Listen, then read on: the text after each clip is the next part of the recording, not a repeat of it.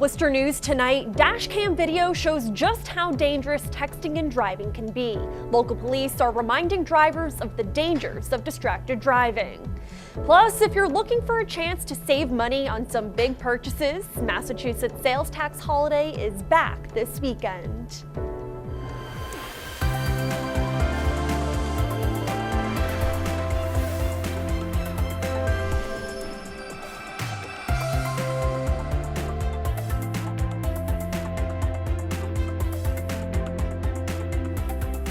Good evening and thanks for joining us. I'm Olivia Lemon. A humid day across central Massachusetts with showers off and on throughout the day. There is a chance for more rain this evening. Let's get a first look at our local forecast for more. Hey there, good evening. I'm meteorologist Pamela Gardner. Well, we had a few showers that rolled through early today, and additional showers, downpours, and perhaps a passing thunderstorm will move our way from the north and west as a broken line continues to march across northern parts of New England. This will affect us across Leominster and Worcester through at least this evening, and more showers and scattered downpours are possible overnight tonight as well as the humidity is in place and there is a weak boundary still around. Overnight low 66 degrees in Worcester, Fitchburg 68, Franklin 69 degrees, and in Boston 72. Tomorrow afternoon, a cooler day in store for us just by a degree or two. We'll warm to about 76 in Worcester. The wind direction changes though from the north-northeast. A few more clouds expected the closer to the coastline you go, and then we dry out the atmosphere for the rest of the work week for the most part. Scattered storms and showers overnight tonight. I'll show you more in the timing, plus when we will become less humid and our next round of rain, all in your exclusive 10-day forecast. A local police department is hoping dash cam video will show drivers the dangers of texting and driving. State legislators are pushing for a hands-free cell phone bill. They say it could prevent crashes like this one. Our Chandler Walsh joins us now with more. Chandler. Olivia, similar hands-free cell phone bills were passed in both the House and Senate. A state rep says they were prepared to vote on a new version of the bill before their August recess, and a vote may be near. The Berlin Police Department says this dashcam video shows the need for safer roads.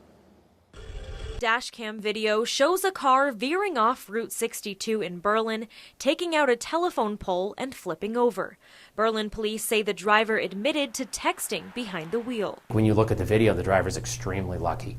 This easily could have been a fatality. The driver was cited and suffered minor injuries. Police say the video is important for the public to see. We often don't get to see the reality of what this causes.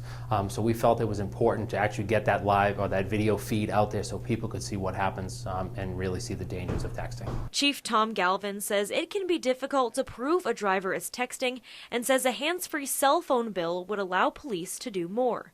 State Representative David LaBeouf says the bill is stalled in Massachusetts, but he expects it will get passed soon. We get criticized a lot in Massachusetts for being slower on moving legislation forward, but really it's about making sure that we have the best and strongest and most enforceable piece of legislation. While texting and driving is already illegal, the bill would ban all handheld cell phone use in vehicles.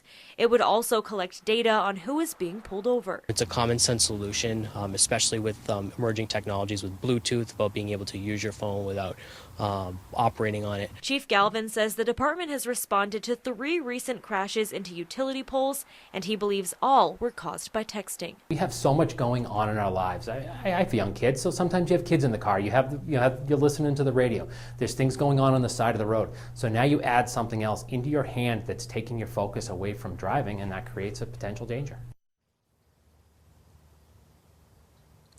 Chief Galvin says oncoming traffic as well as the car behind the vehicle in the video were able to react quickly and avoid a major collision. He says the outcome could have been much worse. In Berlin, Chandler Walsh, Worcester News Tonight.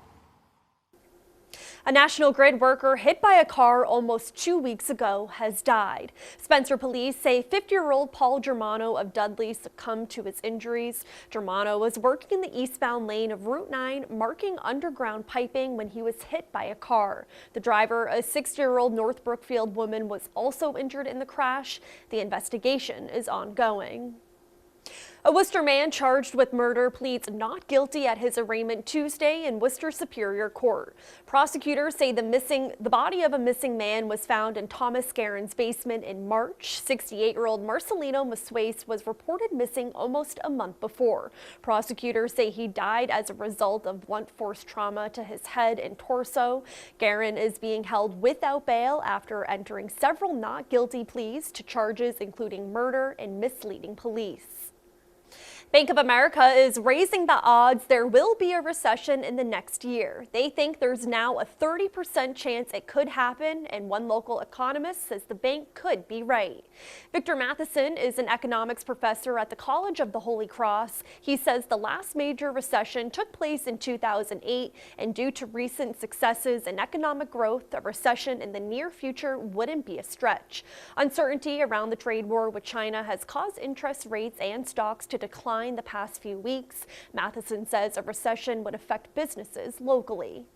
One big thing we have seen in the past is with trade wars come restrictions in not just goods and services coming to the United States, but we've often restricted people coming to the United States. And one way that's affected people in Massachusetts is whether we can get qualified students to go to our huge numbers of colleges and universities in Worcester or the rest of Massachusetts. So that's, for example, for a Holy Cross professor like myself, that'd be something that I'd be very worried about. And Matheson says job security is a major concern during recessions, but BOA's head of U.S. economics, Michelle Meyer, says the bright spot of the economy is initial jobless claims remain at low levels. Proposed changes to the state's medical and adult use marijuana regulations are still up for public input. Thursday is the last day to make your opinion known. Possible changes include trying out marijuana cafes, licensing home delivery agents, and changing the license fee structure for marijuana businesses. Public hearings will be held Wednesday and Thursday in Boston and Springfield. If you can't make it to the meetings, comments can be submitted by email to cannabiscommission@mass.gov. After the public comment period closes, the Cannabis Control Commission will meet to consider the public's feedback and vote on the final changes before the regulations are announced by the Secretary of State. A $200,000 budget increase for YWCAs across the state will help fund youth violence prevention programs. In Worcester, the YWCA of Central Massachusetts will use the funding for their Girls' Choice program. It's a leadership development and violence prevention program for young women in grades 7 through 12. Right now, 60 girls are enrolled in the program from Worcester and Leominster schools. Executive Director Linda Cavioli says this money will help the program grow. Many of these girls are at risk because they might not have the role models. Their families are struggling, their parents are working multiple jobs, and so the YWCA staff and volunteers become their family in addition to their biological family. So we're very excited because this affords us the opportunity to expand our programming in Worcester and move our programming also to North County. The $650,000 budget for the 9 YWCAs across the state is a $200,000 increase from last year. Each program will receive about $72,000 for fiscal year 2020. The future site of Polar Park is a construction zone. Traffic can still get through the area as abatement work begins in preparation for demolition. The first 3 buildings set to be taken down for the ballpark project are having work done on them first. Abatement work involves the removal of all hazardous materials before buildings are raised.